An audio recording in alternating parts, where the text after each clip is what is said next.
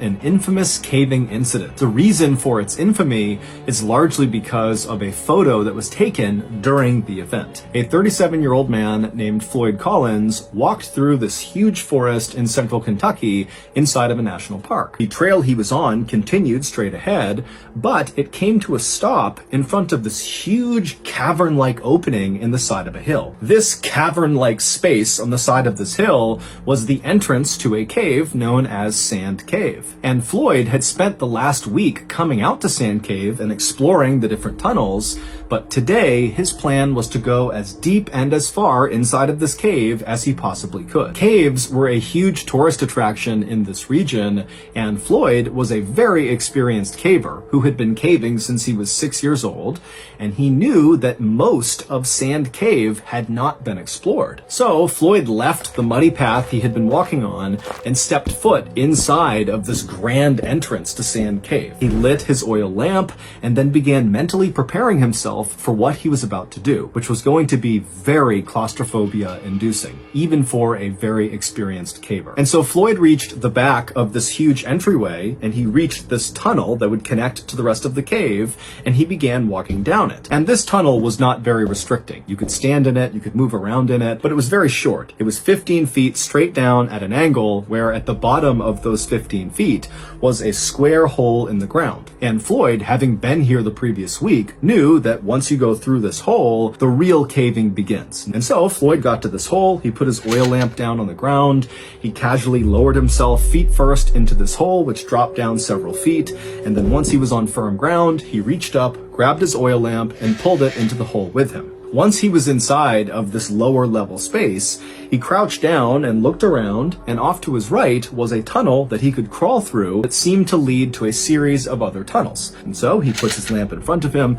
he gets down, and he begins crawling through this tunnel. And after a little while, he reaches this kind of fork in the road where he had several options of very narrow tunnels to choose from. There was one tunnel in particular at this fork that was very narrow. It was likely the most narrow of all the tunnels. It looked like it went pretty far without obstruction. And so he immediately began going head first into this tunnel where he had no idea where it was going to go. And so the way Floyd would approach these very tight tunnels is he would put his oil lamp out in front of him, and then he'd keep his hands over his head, and he'd kind of wriggle his way head first and push his lamp along the way. Eventually the ceiling begins to slope upward just enough that he can pull himself up onto his hands and knees and kind of catch his breath. By this point, Floyd was approximately 55 feet underground. And so from this position, he still could see with his lamp that this tunnel continued to snake further and further down, and his hope was that eventually it would lead to a big underground chamber, because those were the big tourist attractions. A lot of times, those big underground chambers are full of Native American artifacts. That was a huge potential moneymaker for people like Floyd, and so Floyd eventually, after catching his breath in this little spot, got back down onto his stomach with his hands out in front of him, with the lamp out ahead of his fingers, and he began going deeper and deeper into this unexplored section of Sand Cave. The walls on either side of him began to expand, which meant Floyd, if he wanted to, could actually turn himself around, although he couldn't stand up. And so Floyd is making his way down this very low ceiling area when he notices his oil lamp is beginning to flicker, which means it's going to go out soon. And so as much as Floyd wanted to continue and hopefully find something incredible inside of this cave, he decided he really needed to just turn around and go back to the surface and come back the next day to continue exploring. He was able to turn himself around and drag his lamp until he was facing back uphill, and then he rolled onto his back. So his head is pointing back up where he came from, and his feet are pointing in the direction that he had previously been traveling, and he's on his back. And he began inching with his heels and pushing with his arms, moving up the tunnel on his back. And as he would move, he'd use his head and his hands to push the oil lamp back up the direction he was going. And for a little while, this system worked great. But at some point, right as he was getting close to that area where he was able to previously get on his hands and knees and catch his breath, Floyd accidentally kind of rushed and pushed his lamp too hard and knocked it over, which extinguished the light. And so suddenly, Floyd was cast into total darkness. But he told himself, stay calm, he knew where he was in the cave, and so Floyd just continued to push the now extinguished oil lamp above his head, and he continued to inch with his heels and moved his arms around to keep going backwards up this tunnel. But then, right before Floyd reached that pocket inside of the tunnel where he could get onto his hands and knees, he heard the sound of falling rocks somewhere below him, kind of near his legs. And so Floyd just kind of held his breath and hoped that whatever was happening wouldn't affect him. But then he felt a shooting pain in his left leg. A 27-pound rock had broken loose from the low ceiling and landed on his left ankle. Now, at first, Floyd was actually relieved that the rock had landed only on his left leg. And in fact, his leg was actually kind of positioned in a depression on the floor of the cave. And so the rock didn't really hit his left ankle directly. It kind of like hit the ground and then leaned onto his left ankle. And his left ankle was kind of protected in the depression in the cave floor. After catching his breath and kind of calming down, Floyd tensed his body and pulled his left leg as hard as he could to clear this 27-pound rock, but his foot wouldn't budge. And so Floyd thought he would just reach down and kind of dig his foot out. Because he had retraced his steps, he was farther up the tunnel where those sides had really come in much closer to him. And so he wasn't able to actually reach down and touch the rock.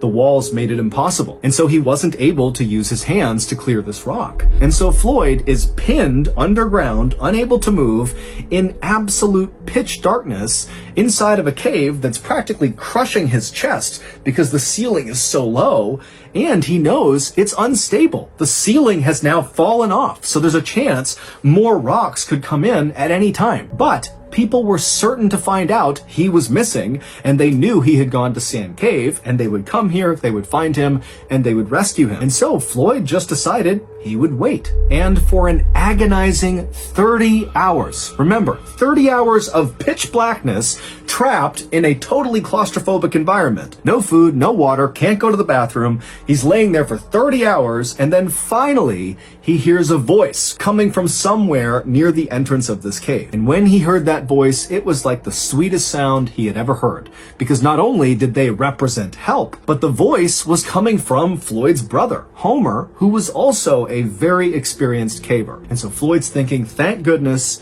I'm saved. And so Homer was able to navigate from the entrance down all the way to the tunnel that Floyd was in, and Homer got to that spot in the tunnel where Floyd had gone to his hands and knees, that pocket there. So Homer's in that pocket, and he can see Floyd is only a few feet away from him. He can see Floyd's head right there. Homer, who had his oil lamp, had set it up right next to them, and he began feeding Floyd sausage sandwiches and giving him sips of water. And then Homer would tell Floyd that he just did not have the equipment to help Floyd get out right now, but Homer was going to go back to the surface, get men, get supplies, and then come back and save Floyd. 15 hours later, Homer would return by himself, and so Floyd, he's laying there kind of in and out of consciousness, and he hears the sound of Homer calling out to him, and then he hears the sound of Homer chiseling away at some rocks. It would turn out Homer's plan to save Floyd was basically to chisel away the side of this section of tunnel that Floyd was stuck in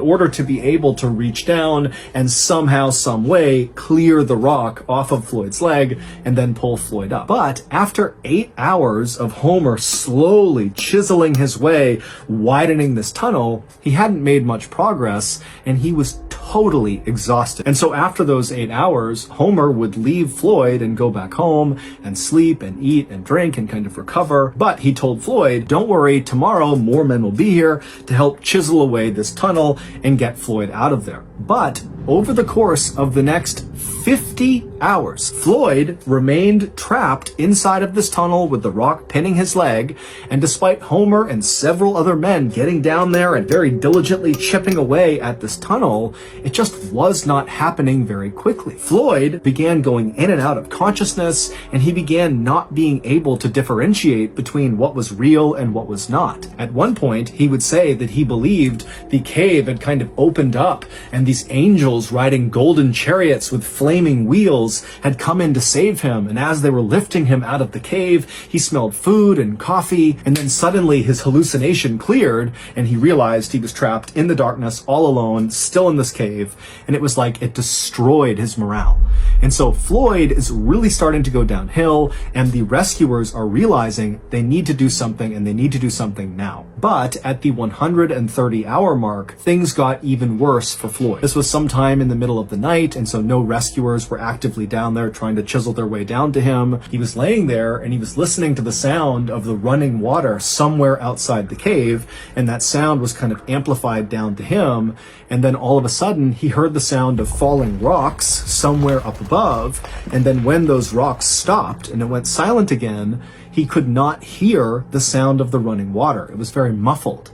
And that was when he realized that there must have been a cave-in somewhere higher up in the cave, which meant potentially there could be a significant block just to get down to him. Forget about widening this tunnel. I mean, he could be actually entombed inside of Sand Cave. It would turn out that cave-in had indeed blocked the way for rescuers to get down to Floyd. And because of how extensive this cave-in was, the rescuers actually decided to start carving a brand new tunnel that would join up with the side of Floyd's tunnel. I mean, this is an even bigger undertaking than just chiseling the side of the tunnel that Floyd was in, which was their original plan and had taken several days. And so now they have to build this brand new tunnel to Floyd. And so finally, on February 16th, 1925, so a staggering 17 days from the time Floyd got first stuck in this cave, the rescue team finally punched through and reached Floyd. And as soon as they did, the lead rescuer looked over at Floyd, and then he paused, he turned up, and he just said, "Dead." It would turn out shortly after that cave-in, which sealed Floyd in completely inside of Sand Cave, at some point over the next couple of days, those rocks began to break free and tumble down the cave and began striking Floyd until finally one or several of those rocks hit him in the head or chest and killed him. Who knows how long it took to kill him, but that has to be one of the most agonizing ways to go ever. Shortly before that cave-in first happened, a photographer took a picture of Floyd, who at the time believed he was going to get out, and all the rescuers believed they were going to get him out. But shortly after this photo was taken, the cave-in would happen, and at that point, Floyd didn't know it, but he was doomed. Here is that photo. Floyd's body was eventually removed from Sand Cave. However, instead of being buried, because of the interest around this cave rescue that ultimately failed, there was a decision made to actually put Floyd's body on display inside of another cave. Basically, Floyd's body became a tourist attraction. And it would remain a tourist attraction for decades until finally he was removed from that cave and given a proper burial.